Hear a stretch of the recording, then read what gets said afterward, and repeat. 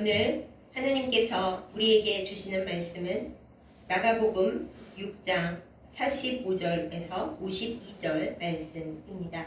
제가 가진 성경으로 신약성경 64페이지에 있습니다.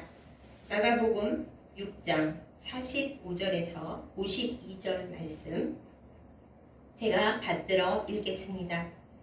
예수께서 즉시 제자들을 재촉하사 자기가 무리를 보내는 동안에 배 타고 앞서 건너편 벳세다로 가게 하시고 무리를 작별하신 후에 기도하러 산으로 가시니라. 저물매 배는 바다 가운데 있고 예수께서는 홀로 무태에 계시다가 바람이 거스름으로 제자들이 힘겹게 노젓는 것을 보시고 밤 4경쯤에 바다 위로 걸어서 그들에게 오사 지나가려고 하시매 제자들이 그가 바다 위로 걸어오심을 보고 유령인가 하여 소리 지르니 그들이 다 예수를 보고 놀람이라.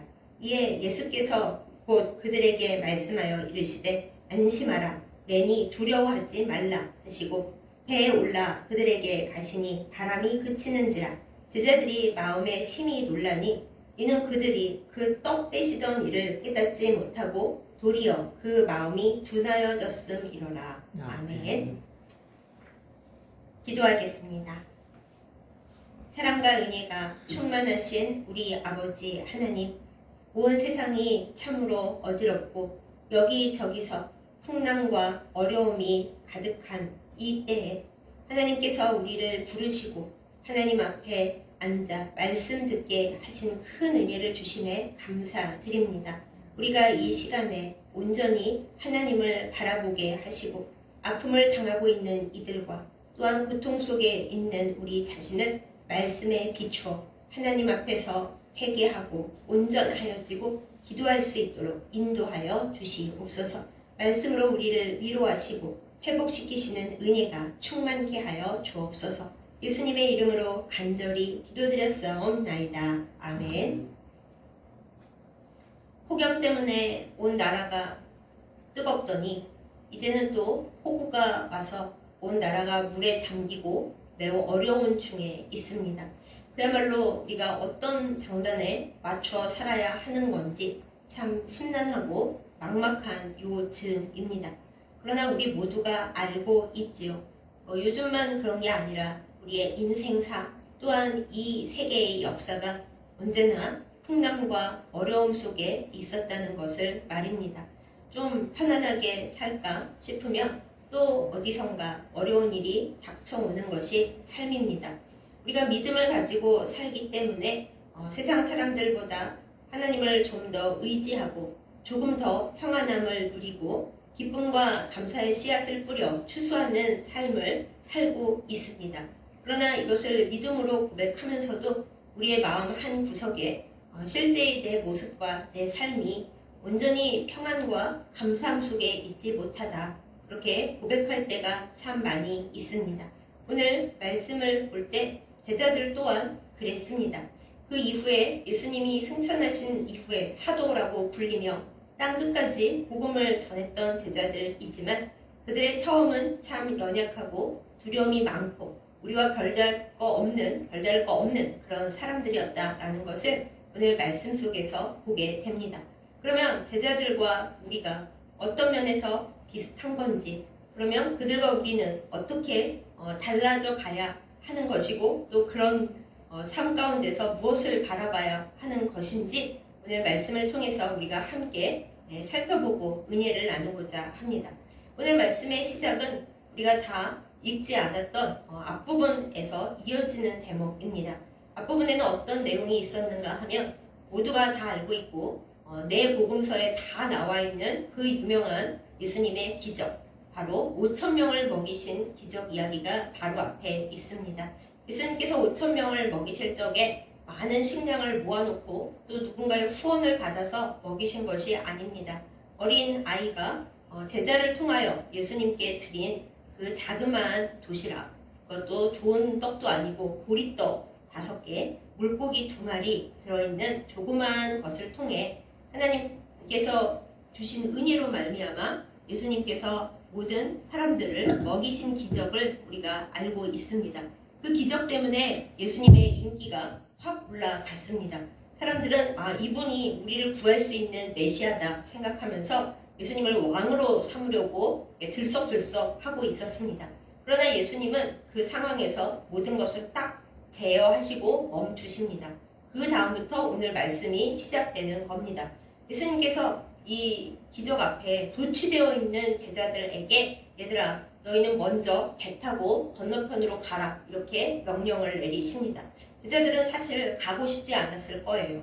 우리의 선생님이 드디어 엄청난 기적을 일으키셔서 온 백성들이 그분을 막 왕으로 삼으려고 하고 있고 자기들도 제자들이니까 중요한 자리를 차지할 수 있겠거니 하면서 흥분하고 들뜨고 이제 드디어 우리들의 시대가 왔다 하고 기뻐하는, 근데 그 정상적인 기쁨이 아니라 이 세상에 관한 그런 생각과 그런 기쁨으로 가득 차 있는 그런 상황이었을 것입니다.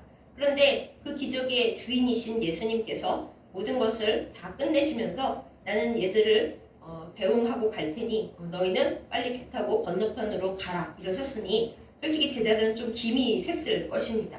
그러면 그런 동안에 예수님은 무엇을 하셨는가? 제자들 다 보내고 혼자 그 사람들과 놀고 계셨나? 절대 그렇지 않습니다. 예수님은 모든 군중들을 다 보내신 이후에 어디를 가셨냐 하면 기도하러 산으로 가셨습니다. 이러한 엄청난 기적의 주인이시고 무려 하나님의 독생자이신 예수님조차 이 땅에 사람으로 살고 계실 때에는 사역을 시작하시기 전이나 혹은 다 마무리 짓고 쉬실 때나 항상 기도로 열고 기도로 닫으셨습니다. 우리가 여기서 늘 깨달아야 하는데 잊어버리는 것을 확인하게 되죠. 예수님도 기도하셨는데 우리는 기도를 열심히 하고 있는가? 많은 사람들이 저는 삶 자체가 기도입니다 이렇게 얘기합니다만 그렇게 얘기하자면 예수님은 더 그러시지 않았겠어요? 하나님의 아들이시고 늘 하나님과 교통하시는데 예수님이야말로 삶 자체가 기도이셨죠. 하지만 예수님은 그렇게 살지 아니하시고 항상 모든 일과 모든 그 전후의 상황에 기도로 시작하고 기도로 끝내는 그런 삶을 사셨습니다. 그러므로 우리도 예수님을 따라 사는 성도이자 제자라면 아무리 바쁘고 아무리 힘들어도 우리의 중요한 국면에는 늘 딱 정하여 기도하는 시간이 있어야 함을 예수님을 통해서 깨닫습니다. 그런데 이렇게 예수님께서 산에서 기도하시면서 무태에 계실 이때에 제자들은 예수님 명령 따라 이제 배 타고 노를 저어서 건너편 벳세다로 가야 하는데 솔직히 마음속이 좋지 않았습니다. 그 상황에 우리도 거기 있어야 되고 예수님도 거기서 좀 더 기적을 베푸시고 사람들을 모아서 놀라운 일을 하면 좋을 텐데 꼭 거기서 끝을 내시고 우리는 그 자리에 있지도 말라고 하시면서 배 타고 가라 그러시냐 하면서 속으로는 뾰로통 했을 것입니다. 그런데 그 뾰로통할 시간도 사실은 별로 오래 주어지지가 않았어요. 그들 대부분이 어부라는 전문직에 종사하는 사람이었으나 그들이 가장 자신 있었던 그 자리 갈릴리 호수 위에서 그들은 큰 바람을 만납니다. 어부라고 무조건 모든 일에 잘 대응하는 건 아니지만은 그래도 어느 정도는 이 정도 바람이 불고 이 정도 폭풍이 몰아치면 어떻게 해야 하지 하는 그런 노하우는 있었을 것입니다. 그런데 바람이 심하게 거슬러서 그들이 아무리 노력을 하고 애를 써서 노를 힘겹게 저어봐도 그 비바람에서 헤어나오지를 못하고 있었습니다. 오늘 말씀을 보면은 저물매, 그러니까 해가 져서 깜깜해질 무렵에 그 건너가면서 바람을 만나서 고생을 했는데 예수님께서 그들에게 오신 시간은 뒤에 보면은 밤 사경에 이렇게 써 있거든요. 근데 당시 시간 계산법으로 밤 사경이라 하면은 새벽 3시에서 6시 그 즈음입니다. 그러니까 우리가 새벽 기도하는 시간, 이제 날이 밝아지려고 하는 그 시간, 그때 예수님이 오신 거예요. 근데 그때도 아직 바람을 이제 잡고 그들이 평안해져 있는 상태가 아니었죠. 여전히 고생하고 있는 상태였죠. 그러니까 그들은 날이 저물 때부터 새벽이 올 때까지 내내 노를 저어가면서 거스르는 바람을 어떻게든 이겨내려고 고생을 하면서 싸우고 있었다 하는 것입니다. 여기서 한 가지 더 말씀드리는데 성경의 많은 부분에 갈릴리 바다라고 쓰여 있어서 우리가 바다인가 보다 착각을 많이 하죠. 그런데 이스라엘의 표현법은 큰 물이 모여있는 곳은 민물이든 바닷물이든 다 바다라고 했습니다. 엄밀히 말씀드리면은 갈릴리 호수는 호수지 사실 바다가 아니에요. 짠물이 아닙니다. 짠물이 아니고 굉장히 민물인데 엄청나게 큰 물인 거죠. 그러면 여러분이 아니 민물 호수인데 뭐 그렇게 바다처럼 물결이 크게 일어나고 그럽니까? 질문하실 수 있죠. 그런데 아닙니다. 갈릴리 호수는 굉장히 변덕스럽고 물결이 크게 일어나는 굉장히 어떻게 보면 위험천만한 큰 물이었어요. 그런 곳에서 베테랑 어부들인 제자들이 많이 있는데도 불구하고 그렇게 힘겹게 풍랑과 사투를 벌이고 있었던 것입니다. 그런데 오늘 성경 말씀을 보자면은 이때 예수님은 산에 계셨었잖아요. 그럼 산에서 기도하고 계시니까 예수님은 제자들이 이 고생을 하고 있는 것을 모르셨을까요? 우리 예수님이 전지하신 하나님의 독생자이시고 아버지와 모든 것을 같이 하고 계신데 모르셨을 리가 없죠. 그럼 여러분이 또 이렇게 질문하실 수 있어요. 아니 예수님이 아셨으면 얼른 빨리 달려오셔서 제자들을 구해 주셔야지. 그럼 뻔히 알고 계시면서도 예수님은 기도만 하고 계셨단 말이에요? 이렇게 질문하실 수가 있는데 그럼 또 반대로 생각해 보겠습니다. 제자들이 그 고생을 하면서 예수님 어디 계십니까? 우리를 좀 살려주십시오 하고 부르짖을 수는 없었을까요? 오늘 성경 말씀에 보면 제자들은 살아나려고 열심히 힘겹게 노를 젓기는 했습니다만 바로 앞서서 큰 기적을 보여주신 선생님인 예수님을 불러볼 생각은 전혀 하지 않았던 것 같습니다. 제자들이 예수님을 그냥 평범한 사람으로만 생각하고 있었든지 아니면 너무 지금 풍랑이 거세서 그거에만 마음을 쓰느라 예수님 생각은 전혀 안 났었는지 알 수는 없지만 제자들은 옆에 안 계신 멀리 무태 계신 예수님에 대해서는 다 잊어버리고 생각을 놓고 자기들 나름대로만 몸부림치고 있었다라는 거죠. 근데 예수님이 이 상황을 알고 계시고 보고 계셨습니다. 결코 모르시거나 못 본 채 하신 것이 아니라 하도 제자들이 그러고만 있으니까 예수님께서 안 되겠다 싶으셔서 이제 새벽 3시에서 6시 사이 제 마음 같아서는 예수님이 새벽 3시에 오셨다고 믿고 싶습니다. 예수님께서 제자들을 만나러 찾으러 오시는데 여기서 이제 놀라운 예수님께서 이 세상에 속한 사람이 아니라 하나님의 아드님이신 것을 보여주는 놀라운 일이 일어납니다. 예수님께서 무려 그 비바람을 뚫고 그 풍랑을 밟고서 물결 위로 제자들에게 가까이 오신 겁니다. 여러분 막 비바람이 불고 물결이 높을 때 배 타보신 적이 있으십니까? 저는 아주 심하지는 않지만은 먼 옛날에 여객선을 뭐 별일 없을 거라고 다 사람들이 타고 그리고 바다까지 나갔는데 갑자기 이렇게 날씨가 이 제자들이 만난 것처럼 변덕스러워지면서 물결이 막 크게 뛰는 그런 상황을 한번 만난 적이 있습니다. 선장님께서는 이 정도는 아무것도 아니니까 별 걱정하지 말아라 이렇게 말씀을 하시지만 얼마나 물결이 심하게 오르락내리락 하는지 제가 너무 무섭고 사람들이 다 벌벌 떨었거든요. 그래서 제가 그 생각을 했어요. 이렇게 별거 아니라고 선장님이 말하는 물결도 무섭고 죽을 것 같은데 제자들이 밤새 노를 저어도 벗어나지 못했던 그 풍랑을 예수님은 발로 밟고 오셨으니 얼마나 예수님은 능력이 크신 분인가 이런 생각을 그때 당시에도 했거든요. 우리의 삶의 풍랑에서도 마찬가지입니다. 우리가 아무리 애쓰고 노력해도 결코 벗어날 수 없는 그 문제들을 우리 예수님은 문제를 사뿐히 밟고 우리에게 오신다는 것입니다. 사랑하는 여러분, 이 사실을 진정 믿으십니까? 예수님을 믿는다고 하면서도 우리는 우리의 삶의 풍랑 속에서 그 문제를 밟고 오시는 예수님을 기억하지 못하고 또 때로는 아예 모르고 우리 혼자만 울고 고생하고 있을 때가 참 많이 있습니다. 그러나 우리는 이 말씀 본문을 늘 기억해야 합니다.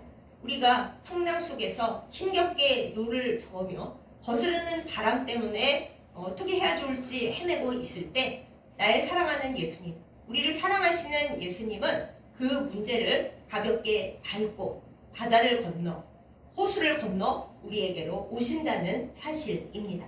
이 사실을 믿고 어려움 속에서도 주님을 바라보고 늘 소망을 잃지 않는 우리이기를 예수님의 이름으로 축복합니다. 근데 예수님이 이렇게 오실 때 제자들은 예수님을 전혀 알아보지 못했습니다. 멀리서 예수님이 오시는데 오늘 말씀을 보면 이렇게 써 있잖아요. 예수님이 지나가려고 하셨다.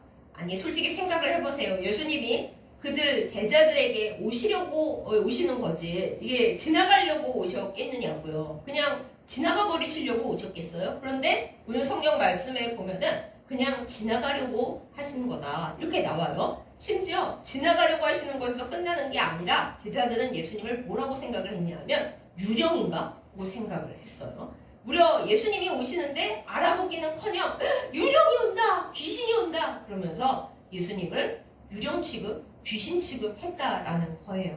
얼마나 제자들이 예수님에 대해 오해하고 잘못 알았나 이것을 우리가 볼 수가 있습니다. 그러나 제자들만 그러한가요? 우리도 우리의 삶 가운데 예수님이 우리 곁으로 오실 때 예수님을 제대로 알아보지 못할 때가 너무 많이 있습니다. 특별히 내가 너무나 힘이 드는데 예수님이 빨리 오셔서 나를 구원해 주시지 않고 이 상황을 해결해 주시지 않고 내가 너무 낙심하고 있을 때에는 기껏 예수님이 나에게 도움을 주시려고 구원을 주시려고 가까이 오셔도 주님을 알아보지 못하고 오해할 때가 얼마나 많은지 모릅니다. 제자들이 예수님을 유령으로 오해한 것처럼 우리도 나를 사랑하시고 나를 도우시는 예수님을 오해하고 잘못 알아본 나머지 예수님을 예수님 취급하지 않고 나를 힘들게 하고 나를 어렵게 하고 도와주지 않고 그냥 지나가 버리려고 하는 그런 유령 아닌가 이렇게 잘못 생각할 때가 너무 많다라는 것이죠. 그럴 때 우리의 몸과 마음이 그렇게 지치고 답답할 때 그러나 예수님은 오늘 제자들에게 그러신 것처럼 우리에게 위로를 주십니다. 제자들이 예수님 보고 막 소리 지르고 유령 아니야 이러고 있을 때 예수님이 뭐라고 하십니까? 제자들에게 말씀하시죠. 나다 얘들아 나야 내가 왔다 안심해라 두려워하지 말아라 이렇게 말씀을 주시는 것입니다. 오늘 이 말씀이 우리에게 힘이 됩니다. 우리가 예수님의 도움을 받지 못했다고 생각하고 예수님에 대해서 오해하고 예수님은 나의 예수님이 아니라 지나가 버리는 남이거나 유령인가 봐 이렇게 생각하고 있을 때 그럴 때 우리가 완전 오해하고 있을 때에도 예수님은 너 안 되겠다 이러지 아니하시고 우리에게 가까이 오십니다. 그러면서 우리에게 위로의 말씀을 주시는 것이죠. 안심해라 얘들아 내가 왔다. 내가 왔으니까 두려워하지 말아라. 유령 아니고 나다. 이렇게 말씀을 주십니다. 사랑하는 여러분 오늘 나의 풍랑 속에 예수님이 오셔서 말씀하시는 이 음성을 우리 모두 들을 수 있기를 바랍니다.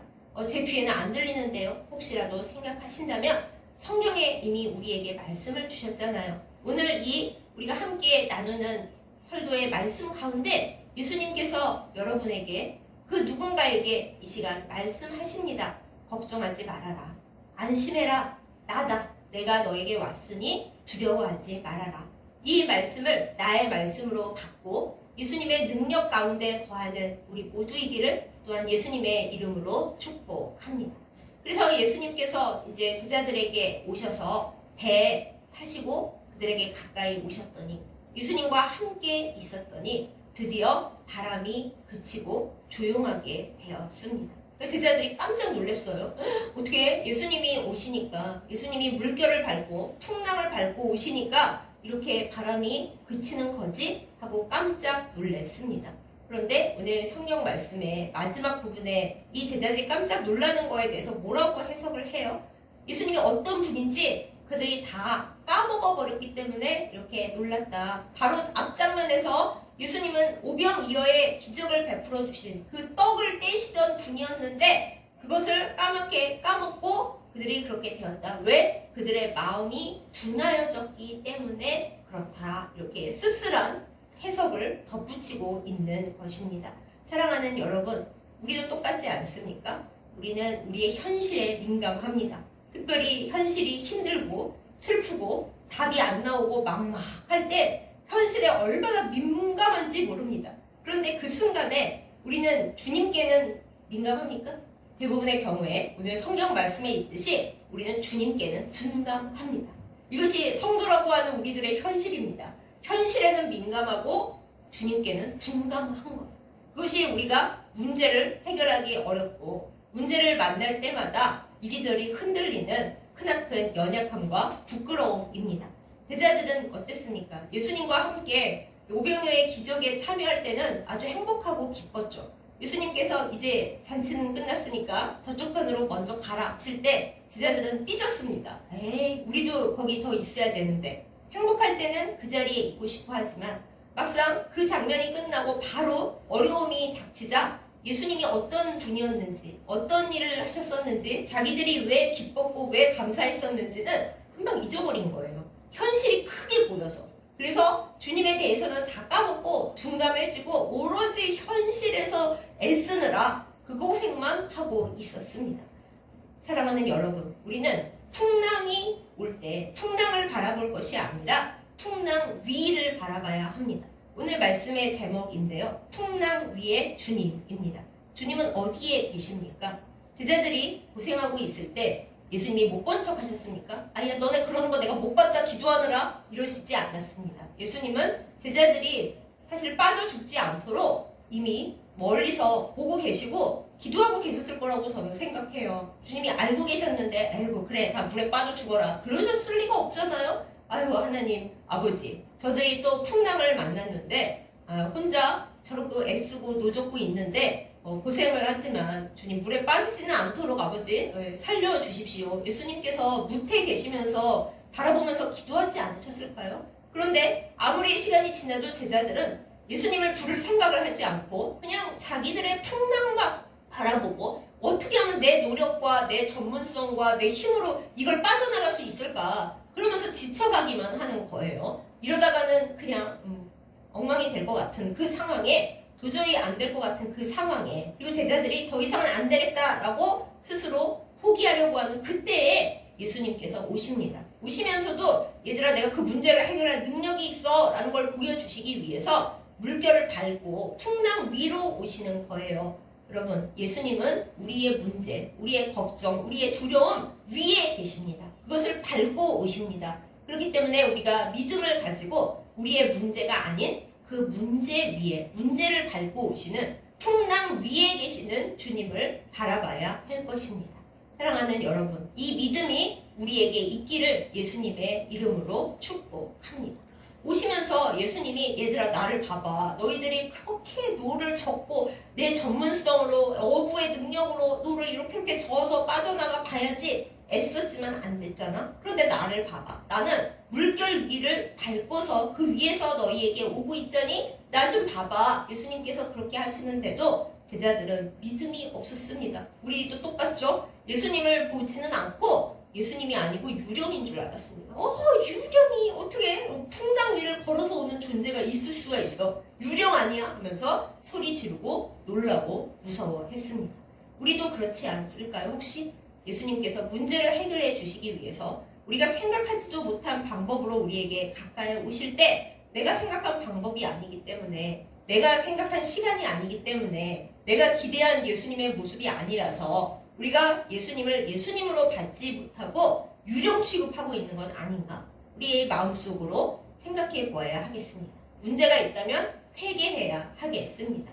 그리고 여기 보면 예수님이 지나가려고 하신다고 나오잖아요. 예수님은 그런 분이 아닙니다. 우리 생각에 예수님이 나를 안 도와주시는 것 같아서 예수님도 나에게 남인가 봐. 하긴 뭐 내가 이 세상 누군가에게 뭐 도움을 받아본 적이 있나. 늘 사람들은 나에게 남이었고 예수님조차도 이제 나에게 남처럼 구시네 하고 섭섭한 마음이 들 때 그때 우리는 정신을 똑바로 차려야 하겠습니다. 예수님은 결코 그냥 지나가 버리시는 분이 아닙니다. 아무리 그렇게 보일지라도 아니 그럼 예수님을 붙잡으면 될 거 아니에요. 주님 왜 그냥 지나가세요? 저를 도와주셔야지요. 저 사랑하신다면서요. 예수님 피를 대신해 주시면서 제 목숨 살리셨잖아요. 그럼 제가 이렇게 고통스럽고 나를 도와줄 사람이 아무도 없어서 울고 있는데 적어도 주님만은 저를 도와주셔야 하잖아요. 하고 주님의 옷자락을 붙잡고 매달려야지. 주님이 나를 지나가려고 그러시네. 가시든지 마시든지. 혹은 주님이 유령인가 봐. 내가 바라던 그 모습이 아니야. 그렇게 나동그라져서는 안 될 것입니다. 주님을 붙잡고 주님의 오해하지 않고 주님 곁에 바짝 붙어서고 주님의 옷자락을 붙잡는 우리의 겨자씨만하기라도 한 믿음이 있기를 또한 예수님의 이름으로 축복합니다. 그래서 제자들은 예수님을 만났어요. 솔직히 제자들 공은 하나도 없었어요. 예수님께서 풍랑을 밟고 오셔서 얘들아 나야. 너네는 유령인 줄 아는데 나야. 안심해. 두려워하지를 마. 하고 주님께서 직접 배 위에 오르셔서 제자들을 만나셔서 바람이 잔잔해진 거지, 제자들은 사실 한 것이 아무것도 없었습니다. 우리도 마찬가지입니다. 우리가 예수님을 믿는다고 하면서도 솔직히 우리 믿음이 뭐 그리 대단한가요? 우리 보기에는 대단하지만 여러분의 마음속, 저의 마음속을 한번 들여다보십시오. 우리의 현실이 어떤가요? 정말 예수님만을 온전히 의지하고 어떤 풍랑이 와도 그 풍랑 위에 서 계시는 예수님을 봅니까? 그렇지 못할 때가 더 많습니다. 우리의 마음과 우리의 생각은 우리의 현실에만 민감하고 우리의 두려움에만 민감하고 우리의 근심 걱정에만 민감합니다. 세상 형편과 내가 할 수 있는 능력이 요만큼 있는데 문제를 어떻게 해결하지? 하는 걱정으로만 가득합니다. 그러나 사랑하는 여러분, 저 포함해서 우리 모두 주님께 민감한 사람들이 되십시다. 우리 주님이 가까이에 오실 때, 우리에게 사인을 보내주실 때 내가 너와 함께 있다. 비록 너 보기에는 내가 가까이 있지 않고 저 멀리 산에 기도하러 가 있고 우리는 바다에 팽개치고 혼자 무태 계시네, 그렇게 느껴지는 순간에도 나는 항상 너희 곁에 있다. 이렇게 말씀하시는 주님의 음성을 들을 줄 아는 민감함이 우리에게 있기를 예수님의 이름으로 축복합니다. 우리는 세상에만 민감합니다. 마귀의 음성에 되게 민감합니다. 우리의 마음속 걱정, 우리의 두려움, 우리의 잘못된 생각, 주님에 대한 오해, 거기에는 굉장히 민감합니다. 그런데 어때요? 주님께는 너무 둔감합니다. 오늘 말씀에 있듯이 제자들이 좀 전에 예수님과 함께 오병이어의 기적을 함께하고 행복했는데 그랬던 주님은 다 잊어버리고 마음이 둔하여져서, 아까는 주님을 그렇게 왕 만들자는 얘기에 좋아했으면서 주님이 나를 구하러 오실 거라는 생각은 못하고 둔하여졌습니다. 사랑하는 여러분, 저 포함 우리 모두 우리의 마음의 둔감함에 대하여, 예수님에 대한 둔감함에 대하여 회개하기를 원합니다. 주님은 우리 안에서 주님을 향한 예민함을 찾고 계십니다. 주님께서 살짝 다가오실 때 그 주님을 알고 주님의 음성을 알아듣고 주님의 기척을 알아듣고 내 풍랑을 해결하려고 그 위에 서 계신 주님을 눈을 들어 바라볼 수 있는 그 예민함을 우리에게 찾고 계십니다. 나 예민한 사람이야 하고 우리가 화낼 때나 예민함을 찾지 말고 주님의 기척에 예민한 우리들이 되십시다. 그렇게 할 때 우리의 문제가 해결될 뿐만 아니라 주님께서 우리에게 주시려는 더 좋고 더 많은 것들을 우리가 받고 또 복의 통로가 되어 그것을 좋은 곳에 흘려보낼 수 있게 될 것입니다. 사랑하는 여러분, 지금 우리는 어떤 풍랑 속에 있습니까? 혼자 해결 가능하십니까? 해결 가능한 거라면 우리가 풍랑이라고 하지도 않겠죠. 지금 온 나라가 홍수에 시달리고 있는데 우리가 댐을 짓고 저수지를 짓고 뭐 여러 가지 배수 펌프를 놓고 해서 통제 가능하다면 그걸 누가 홍수라고 그러겠어요. 다 해결 가능하죠. 그런데 그렇지가 않잖아요. 뭐 역대급의 폭우다, 이거는 역사상 처음이다, 뭐 200년 만에 500년 만에 올 거다. 그렇기 때문에 그게 문제이고 풍랑이고 어려움인 거죠. 하나님은 우리에게 때로는 우리가 우리의 능력이나 우리의 생각으로 감당할 수 없는 기도 제목을 주십니다.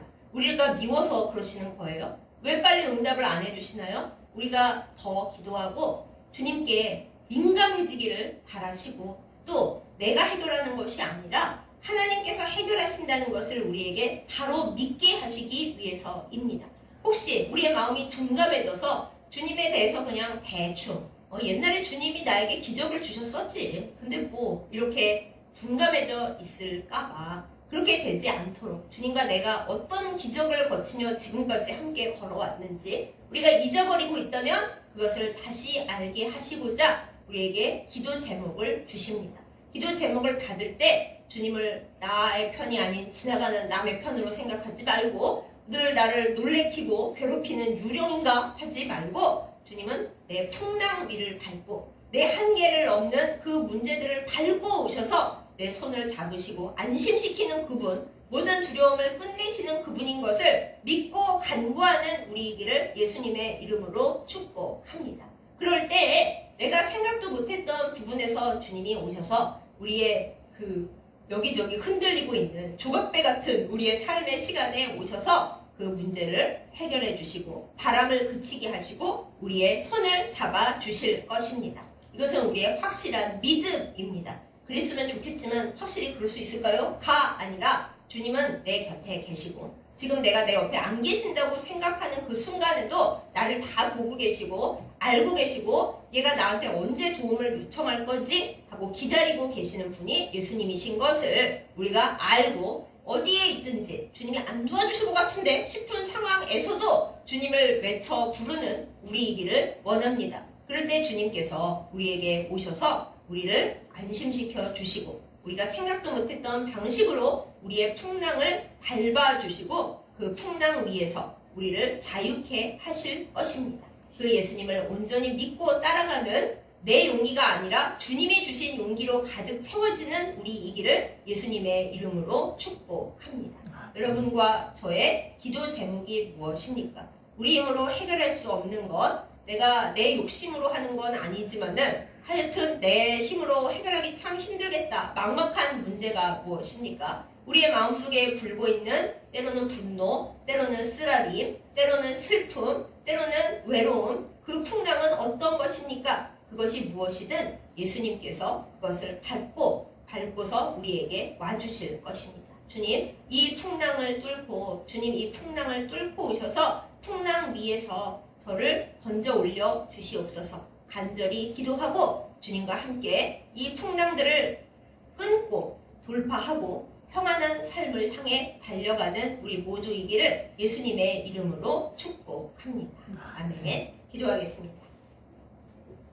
온 세계를 다스리시는 하나님 아버지, 때때로 우리의 삶에 비바람과 풍랑이 있음은 우리로 하여금 그 풍랑 위에 서 계시는 주님을 보게 하시기 위한 것임을 믿고 감사를 드립니다. 하나님, 우리의 삶 가운데 여러 가지 모양으로 비바람이 불고 또한 풍랑이 거셀 때 다른 것이 아닌 그 풍랑 위에 서 계신 주님만 바로 바라볼 수 있도록 인도하여 주시옵소서. 우리가 현실에는 예민하고 민감하면서 주님에 대해서는 오히려 둔감한 죄인인 것을 주님 앞에 고백합니다. 이제 그 시선과 그 생각과 그 모든 행동들을 바꾸게 하여 주시옵소서. 주님께 민감하고 현실에는 오히려 주님의 눈으로 보면서 다소 둔감해질 수도 있는 그 여유와 믿음이 우리 가운데 있게 하여 주시옵소서. 세상에 지금 얼마나 많은 고통과 슬픔과 괴로움이 있습니까? 또한 실제적으로 많은 홍수와 풍상으로 인해 모두가 괴로워하고 있는 이때에 주여 우리 가운데 와주시고 풍랑을 밟고 와주시고 우리의 문제를 해결하여 주시옵소서. 도저히 해결할 수 없다고 느껴질 때까지 우리 힘으로 우리 노력으로 몸부림치는 것이 아니라 처음부터 주님께 도움을 요청하고 주님을 부르고 주님께서 우리의 삶 가운데 와주시기를 간절히 구하여서 응답받는 저희들 다 되게 하여 주시옵소서. 모든 풍랑을 밟고 오셔서 그것을 잔잔케 하시는 사랑하는 예수님의 이름으로 간절히 기도드렸사옵나이다. 아멘. 이제는 우리가 어떤 폭풍우 속에 있든지 그 폭풍우를 밟고 오셔서 바람을 그치게 하시며 우리를 구원하시는 우리 주 예수 그리스도의 은혜와 온 세상을 다스리시며 우리를 모든 곤란과 위험 가운데서 구하시는 하나님의 지극하신 사랑과 그리고 날마다 우리와 동행하시며 우리가 어디에 있든지 우리를 살피시고 돌보시는 성령님의 교통하심과 인도하심이 이 시간 말씀을 듣고 풍랑을 만날 때 풍랑이 아니라 그 위에 서 계시는 주님을 바라보고 용기를 가지고 모든 두려움을 헤치며 온전히 주님을 의지하여 승리할 것을 결단하는 예배드린 모든 주의 백성들 위해 이제부터 영원까지 함께 하시기를 간절히 축원하옵나이다. 아멘.